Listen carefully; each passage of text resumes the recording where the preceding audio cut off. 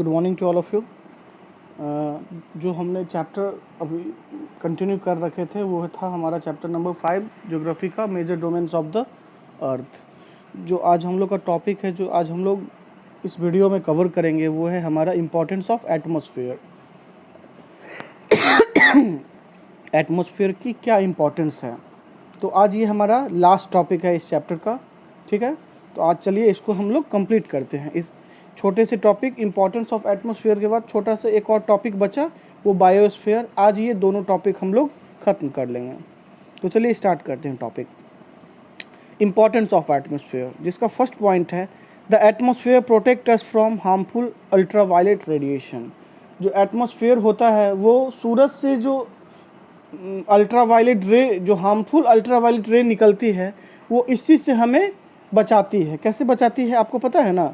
जो एटमॉस्फेयर में ही एक लेयर होता है जिसका नाम है ozone layer.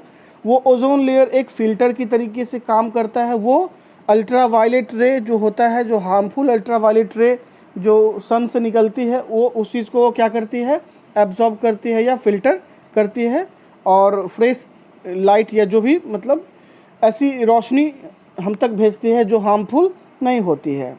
Second, it prevents extremes of temperature between day and night. मतलब हमारा अर्थ जो है, अगर एटमॉस्फेयर नहीं होता तो दिन के समय में बहुत ही ज़्यादा गर्म हो जाता, और जब सूरज नहीं होता तो रात के समय ये बहुत ही ज़्यादा ठंडा हो जाता। तो बहुत ज़्यादा गर्म और बहुत ज़्यादा ठंडा होने से ये एटमॉस्फेयर बचाता है। ठीक है। Third, it protects earth from excessive heat and light of the sun. Sun से निकलने वाला जो एक्सेस हीट होता है और लाइट बहुत अधिक होता है और बहुत अधिक टेम्परेचर उसका होता है, तो उस दोनों चीज़ से ये हमें बचाता है atmosphere. Fourth, it provide us with the air we breathe. हम जो सांस लेते हैं वो एयर हमें ये एटमॉस्फेयर प्रोवाइड करवाता है। Fifth, atmospheric moisture changes into rain and snow and other forms of precipitation which provides us with fresh water. Fresh water हमें प्रोवाइड कराने में इसकी बहुत बड़ी योगदान है। कैसे?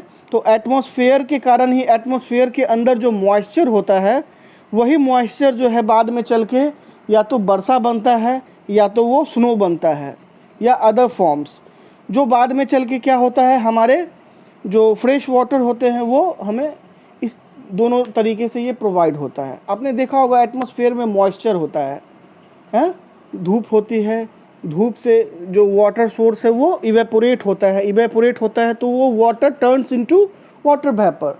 वाटर वेपर गैस होता है, ये ऊपर की तरफ जाता है, ये मॉइस्चर है वाटर वेपर। और यही वाटर वेपर या मॉइस्चर जो है आपको रेन फॉर्म करता है, बारिश या बादल बनते हैं, और कहीं कहीं यहीं पे इसी प्रोसेस से आगे बढ़ने पे स्नो बन जाता है, स्नो। तो ये दोनों चीज़ हमारे फ्रेश वाटर के ही रूप हैं, और इसी तरीके से जो एटमॉस्फेयर के जो मॉइस्चर हैं वो हमें फ्रेश वाटर प्रोवाइड करवाते हैं। The atmosphere protects earth from the impact of meteors that fall on earth. जो एटमॉस्फेयर जो है हमें किस चीज़ से प्रोटेक्ट करता है? मेटेओर्स। जो मेटेओर्स क्या होते हैं? रात में आपने आसमान में देखोगे तो एक रोशनी सी गुजरती है, वो किसी मतलब स्टार के टुकड़े होते हैं या किसी प्लैनेट्स के वो टुकड़े होते हैं जो हमारे एटमॉस्फेयर में मतलब आते हैं। तो वो एटमॉस्फेयर क्या करता है? उसे डिस्ट्रॉय कर देता है। डिस्ट्रॉय या मतलब वो खुद ब खुद हमारे एटमॉस्फेयर में इन करते ही वो क्या हो जाता है, वो जल जाता है, वो डिस्ट्रॉय हो जाता है। तो इस तरीके से एटमॉस्फेयर जो है हमें मेटेओर्स से बचाता है। They are burnt out mostly as they pass through the atmosphere. वो जैसे ही हमारे एटमॉस्फेयर में इन करते हैं वो क्या हो जाते हैं? जल जाते हैं। और लास्ट है air has wait. Air has wait so it exerts pressure.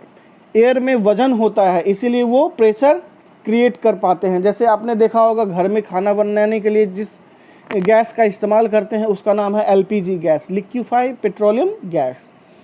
तो अगर एयर में वजन नहीं होता तो प्रेशर नहीं होता, और प्रेशर नहीं होता तो हम खाना कैसे बनाते? आप देखते हो ना, जिस समय हम गैस के नॉब को ऑन ऑफ करते हैं, ऑन करते हैं तो अंदर से गैस प्रेशर करता है जिससे वो जलता है, ठीक है। तो एयर का वेट होता है, इसी के लिए वो एग्जर्ट्स करता है pressure. The composition varies with changes in temperature and altitude. और एयर का जो कंपोजिशन होता है वो वैरी करता है। वैरी क्यों करता है? तो जो टेम्परेचर जो चेंज होता है और अल्टीट्यूड जो चेंज होते हैं उसके अकॉर्डिंग वो वैरी करता है। Variation in pressure creates area of high pressure. जो वेरिएशन ऑफ प्रेशर जो होता है, जो प्रेशर का वेरिएशन होता है वो क्या क्रिएट करता है? तो वो क्रिएट करता है, creates area of high pressure and low pressure. वही मतलब जो वेरिएशन होता है वही क्रिएट करता है। किसी भी जगह का जो होता है हाई प्रेशर होता है, किसी भी जगह पे लो प्रेशर होता है। इसके बाद moving air known as wind, known from area of high pressure to low pressure. Moving air, जो एयर होती है वो मूव करती है, जिसे हम क्या बोलते हैं? विंड बोलते हैं, ठीक है। Moving air known as wind moves from area of high pressure to low pressure. जो हवाएं बहती है जिसको हम बोलते हैं एयर, जिसको हम लोग विंड बोलते हैं, विंड मतलब हवा।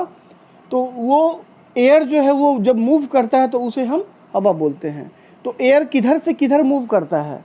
तो हाई प्रेशर एरिया से वो लो प्रेशर एरिया की ओर मूव करता है, ठीक है। तो आपने देखा इंपॉर्टेंस ऑफ एटमॉस्फेयर के बारे में। अब जो हम देख रहे हैं वो है हमारा biosphere. The zone where all living organism on earth are found in is called the biosphere. Biosphere क्या है? ऐसा जोन, ऐसा एरिया जहाँ पे जितने भी लिविंग ऑर्गेनिज्म हैं धरती के वो सब रहते हैं, उसे बायोस्फीयर बोलते हैं। It is the life sustaining zone where elements of atmosphere, lithosphere and hydrosphere. ये क्या है? It is the life sustaining zone. ये एक ऐसा जोन है वो जहाँ पे लाइफ सस्टेनिंग जोन इसे कहते हैं, यानी यहाँ पे जीने के लिए जिन जिन चीज़ों की आवश्यकता होती है वो सब चीज़ अवेलेबल होती है। जिसमें आपका क्या क्या चीज़ ज़रूरी है? हमारा एटमॉस्फेयर ज़रूरी है, लिथोस्फीयर ज़रूरी है और हाइड्रोस्फीयर ज़रूरी है। आप फिगर 5.16 में देखेंगे, है ना। हाइड्रोस्फीयर है, एटमॉस्फेयर है, लिथोस्फीयर है और कंबाइन में आपका हमारा बायोस्फीयर, लिविंग बींग्स, जिसमें हम लोग जीव जंतु रहते हैं। द टर्म बायोस्फीयर में also refer collectivity to all living organisms. They range from teeny microbes and bacteria to huge mammals like the blue whale. और इस लिविंग बींग्स में क्या कौन आते हैं? लिविंग ऑर्गेनिज्म में तो एक छोटे से बैक्टीरिया, जो छोटे से बैक्टीरिया जिसे देखने के लिए माइक्रोस्कोप की ज़रूरत पड़ती है, तो उस छोटे से बैक्टीरिया से लेके बड़े से ह्यूज मैमल में आपका एग्जाम्पल में ब्लू व्हेल, ये सब के सब जो आते हैं, छोटा से छोटा और बड़ा से बड़ा जितने भी लिविंग ऑर्गेनिज्म है ये सब इसके अंदर आते हैं। There are about 20 million species of plants, animals and microbes and fungi. करीब 20 मिलियन स्पेसीज हैं प्लांट्स के, एनिमल्स और माइक्रोब्स एंड फंगी के। They are broadly divided into plant and animal kingdom. और इनको हमने डिवाइड कर रखा है प्लांट और एनिमल किंगडम में। Environmental condition influence their disturbance. The condition determine the natural home or habitat of different organisms. The organisms are interdependent and linked to each other for their survival. जितने भी organism हैं, जितने भी living organism हैं, चाहे वो animal हो या वो प्लांट हो, वो सब एक दूसरे पे इंटरडिपेंडेंट हैं अपने सर्वाइवल के लिए, ठीक है। कैसे सर्वाइवल है अभी बताएंगे। The interdependence of living organisms to one another as well as their surrounding non-living environment is termed an ecosystem. देखिए घास है, देखा होगा आपने, सिंपली मैं समझा रहा हूँ। घास है, घास को छोटे जानवर खाते हैं, उस छोटे जानवर को बड़े जानवर खाते हैं, ठीक। तो ये जो हमारा इकोसिस्टम है, सब चीज़ एक दूसरे पे डिपेंड है। अगर इसमें से कुछ भी एक चेन को हम हटा देंगे तो हमारा इकोसिस्टम जो है वो डिस्ट्रॉय हो जाएगा। मान लीजिए अगर घास ही नहीं है तो छोटे जानवर क्या खाएंगे? छोटे जानवर को खाने के लिए कुछ नहीं होगा तो छोटे जानवर खत्म हो जाएंगे, ठीक है। तो घास नहीं है तो छोटे जानवर खत्म हो गए, और छोटे जानवर जब खत्म हो गए तो बड़े जानवर उस छोटे जानवर को खाते हैं तो वो खत्म हो जाएंगे। तो आपने देखा बड़ा जानवर कैसे डिपेंड है उस घास पे, जबकि उस घास को वो खाता भी नहीं है। सब चीज़ एक दूसरे पे डिपेंड है अपने सर्वाइवल के लिए। चलिए, cooperation and coexistence only can guarantee the constitution of life and this beautiful planet। Corporation, आपस में तालमेल और कोएग्जिस्टेंस ही एक ऐसा तरीका है जो गारंटी देता है मतलब the continuation of life of the on this beautiful planet, यानी हमारे अर्थ पे जो हमारा जो ये प्रोसेस है इसको कंटिन्यू करने के लिए वो गारंटी देता है। नेक्स्ट पेज पे हम लोग चलते हैं। A changes of any one domain में led to a changes in biosphere. हमने क्या बताया, किसी भी एक डोमेन में एक चीज़ में अगर चेंजेस हुई, गड़बड़ी हुई, तो पूरा का पूरा बायोस्फीयर में वो चेंज हो जाता है। Evolution of life in fact has been a result of change in landscape, climate and availability of water. और इसके कारण हमारा और भी चीज़ अफेक्ट करता है, उसमें क्या है, हमारा क्लाइमेट चेंज है, ठीक है, और हमारे पानी की अवेलेबिलिटी, ये सब भी इसी के कारण होता है। अगर कोई भी चीज़ इसमें गड़बड़ हुआ तो सारा का सारा बायोस्फीयर हमारा चेंज हो जाता है। Even now changes are taking place. For the example, tsunami of 2004 submerged part of the Andaman and Nicobar island. Tsunami यानी समुद्र में उठने वाला बड़ा सा तूफान जो 2004 में आया था, जिसके कारण हमारा अंडमान एंड निकोबार आइलैंड के जो पार्ट्स हैं, ज़मीन के भाग, वो पानी में चले गए। सुनामी क्यों आया, आप लोग खुद सोचिए। हमारे कारण, हमारे द्वारा की गई जो भी एक्टिविटी है ये भी अफेक्ट करता है हमारा क्लाइमेट। हम इतने अधिक मात्रा में कार बसेज या जितने भी व्हीकल्स का इस्तेमाल कर रहे हैं, ये सब पेट्रोलियम और डीजल पे चलते हैं, और इतनी अधिक मात्रा में हम इसका इस्तेमाल कर रहे हैं कि उससे निकलने वाला CO2 गैस जो होता है, कार्बन डाइऑक्साइड, या जो भी स्मोक के थ्रू जो वो गैस निकलता है, वो हमारे इन्वायरमेंट के लिए वो घातक है।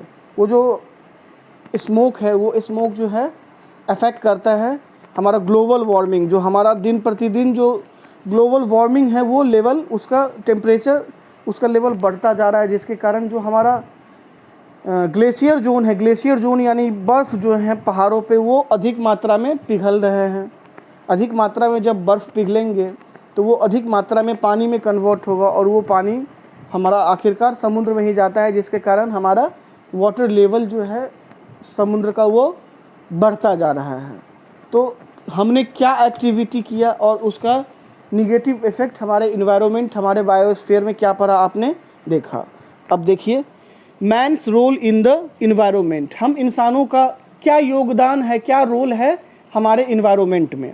Man is an important part of the biosphere. इस बायोस्फीयर का, इस इन्वायरमेंट का जो इम्पॉर्टेंट पार्ट जो है वो मैन होते हैं। जो करता धरता जिसे बोलते हैं वो हम इंसान ही होते हैं। But his unsatisfiable needs and greed have greedy affected the environment. But हम इंसान इतने लालची हो चुके हैं कि हमारी लालच जो है, हमारी ग्रीडीनेस जो है, वो हमारे इन्वायरमेंट को अफेक्ट कर रहा है।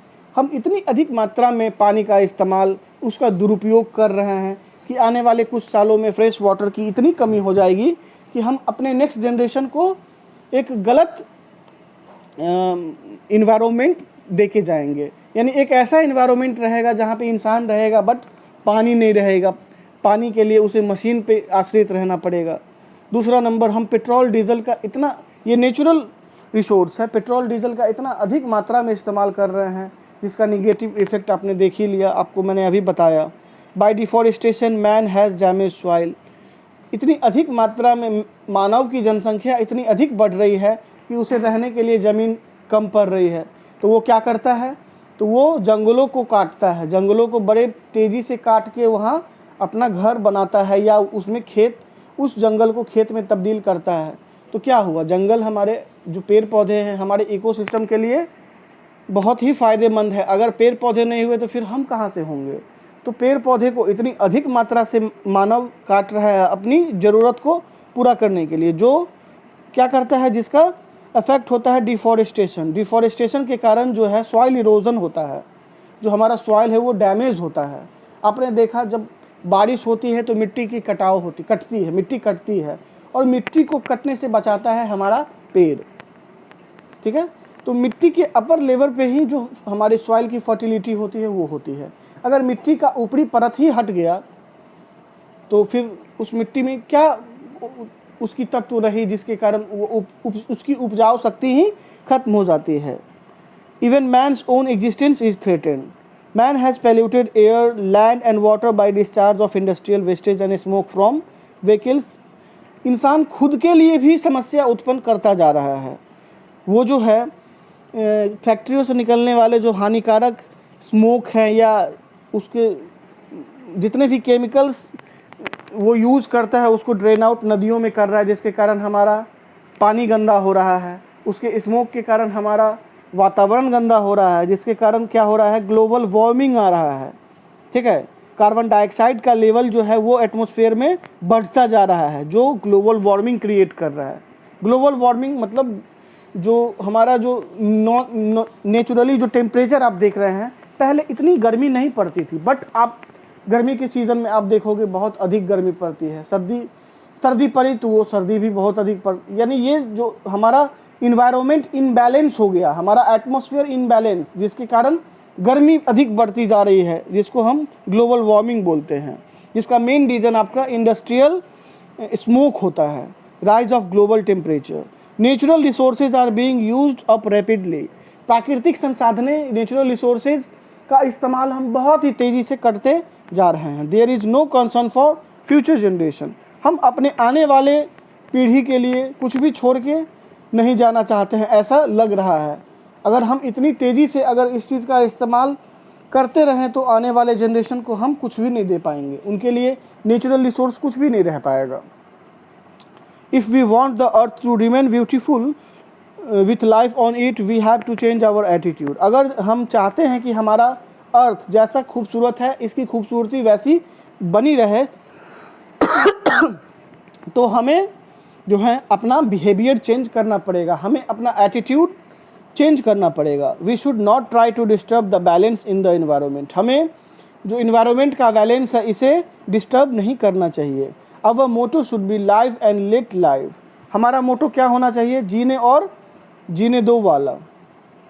We should use modern technology and development projects to better the earth, not to ruin it। हमें मॉडर्न टेक्नोलॉजी का इस्तेमाल जो है डेवलपमेंट प्रोजेक्ट्स में जो करते हैं वो हमारे अर्थ के और बेहतर करने के लिए होना चाहिए, ना कि उसे डिस्ट्रॉय करने के लिए।